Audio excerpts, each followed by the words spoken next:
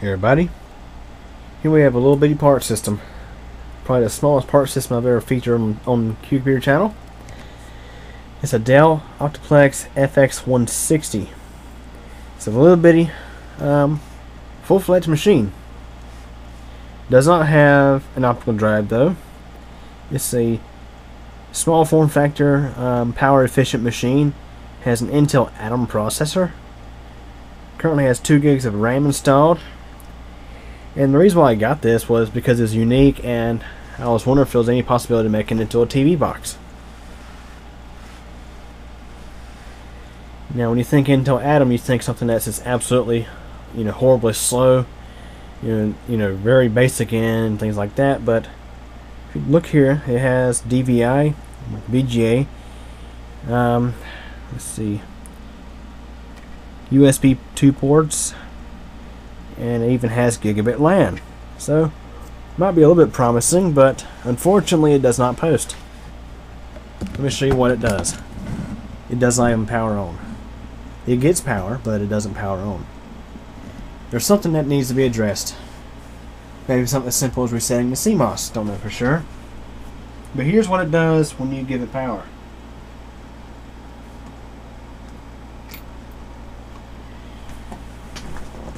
The hard drive LED is constantly lit, and it flashes the power LED as amber. Now, perhaps this thing may detect that there's no hard drive installed. Never know. These business class machines have a tendency to be that way. So, let's go ahead and pop the cover off and take a look inside. Maybe it just wants a hard drive. Don't know.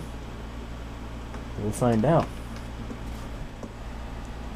Okay, took 2 screws out the back, one here and one here, and although the cover is a bit tight, it slides forward and lifts off. So here's a look inside this little Atom machine. Let's see what we have in here. As you can probably see, well, now you can see, this is where the hard drive goes. It takes a 2.5 inch hard drive. Basically a laptop hard drive. Probably use a solid state drive if you wanted to. For RAM, we have 2 DDR2 DIMM slots. There's one stick there. And we can expand it with this one here. See how much RAM it actually has. Now the sticker on the front said we had 2 gigs of available RAM.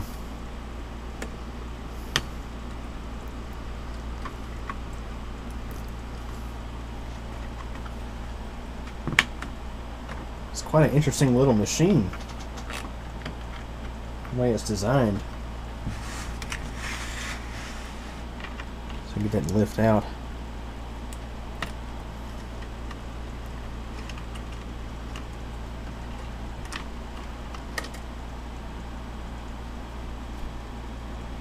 Yep, 2 gigs. 2 gigs of RAM. Again, DDR2. I'm going to put this over into slot 1. Actually, take that back. I'm going to find me a 1 gigabyte stick and place that in slot 1. And I'm going to install a hard drive. Maybe a 500 gig depending on what I have available.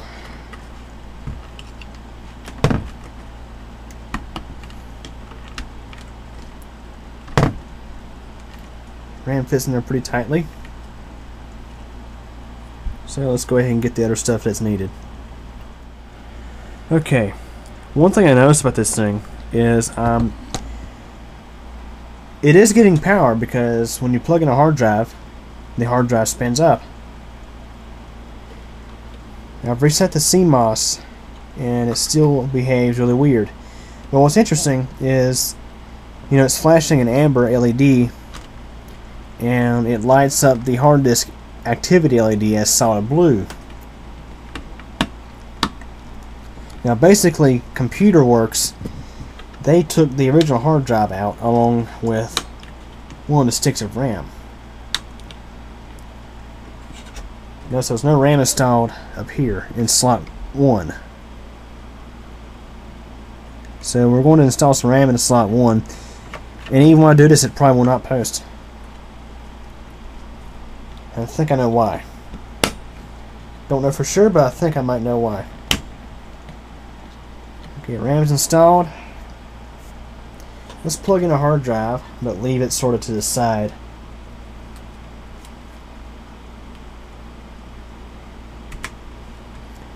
Like this, let's leave it upside down. I want to see if this fan spins.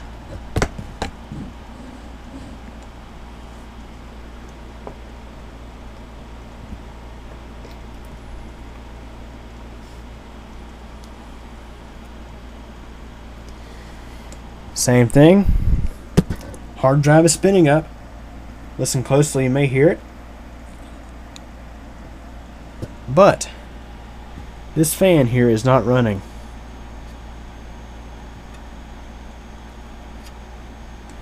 Not running at all. And it appears that the tray for the hard disk actually comes out. That's how you actually place the hard drive in. The hard drive bolts in from the bottom. And I'm wondering perhaps if it's unhappy because perhaps maybe the cooling fan for the hard drive is not plugged in.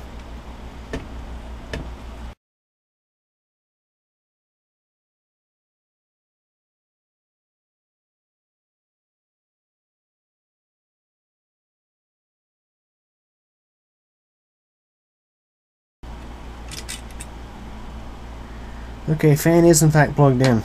So we may have something going on with this motherboard. Unfortunately. Now what's interesting, this thing has this is my first time really looking in this thing.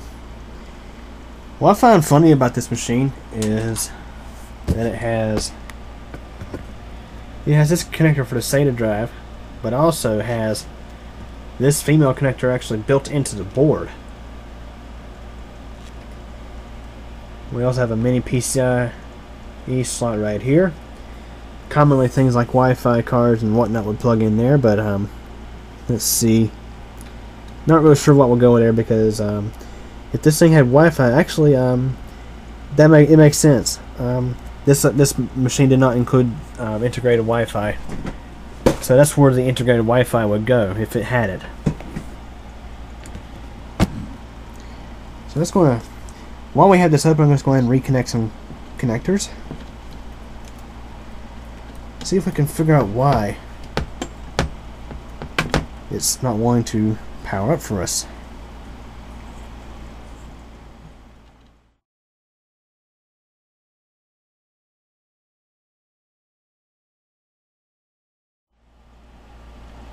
Okay, but I've done lots and lots of troubleshooting on this thing, and unfortunately it looks like the motherboard is dead. You know, I've tried resetting the RAM, tried resetting all the connectors, pulled a CMOS battery and let it sit without the battery for probably 10 minutes. The furthest I got was to where it wasn't powering on automatically when you plugged it in. It would wait till you power, you press the power on button, but even when you press the power on button, it immediately went to flashing the LED, power LED as amber, and it had the hard disk LED lit up all the time. This did not matter whether it was a hard drive installed or not. The fan, don't know if the fan was good or not. Had no idea what seems to be the problem with it. But when I pulled that big black heatsink off of here, and I saw these for the chipset, I'm thinking to myself, why waste my time any further with this? Basically, my idea with this was to use it as a possibly a TV box for Windows Media Center for digital cable. But you know, that processor probably doesn't have a lot of power to begin with. It's a 1.6 gigahertz. Not sure exactly which one it is. Has 512K of L2. Get you sort of a better focus on it.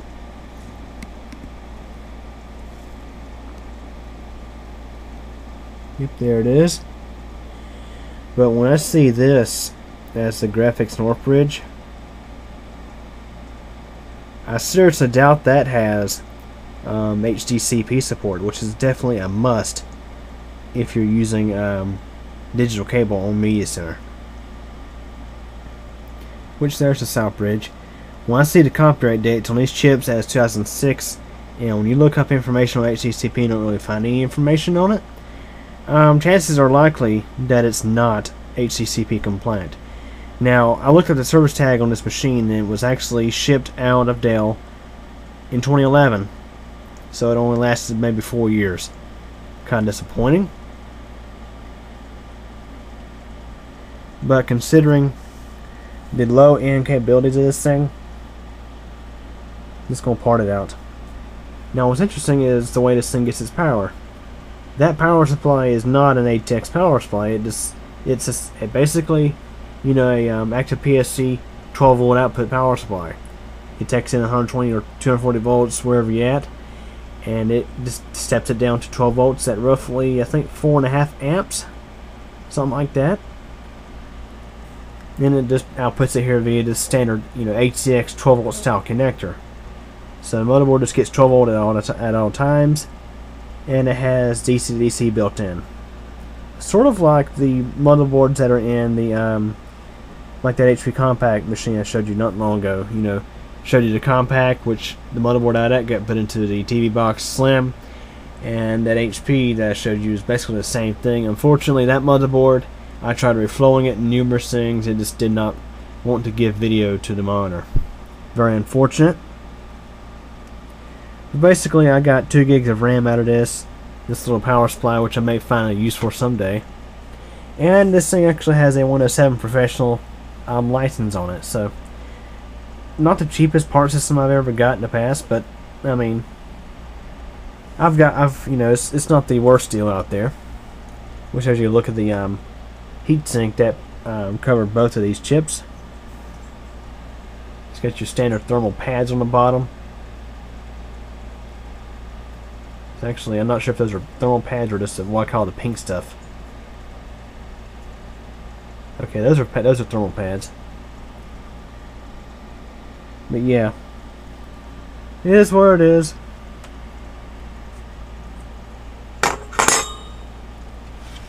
Definitely a unique little machine, though. Hate to see it's dead. So anyways, hope you guys enjoyed this video. Any questions or comments, feel free to ask, and thanks for watching.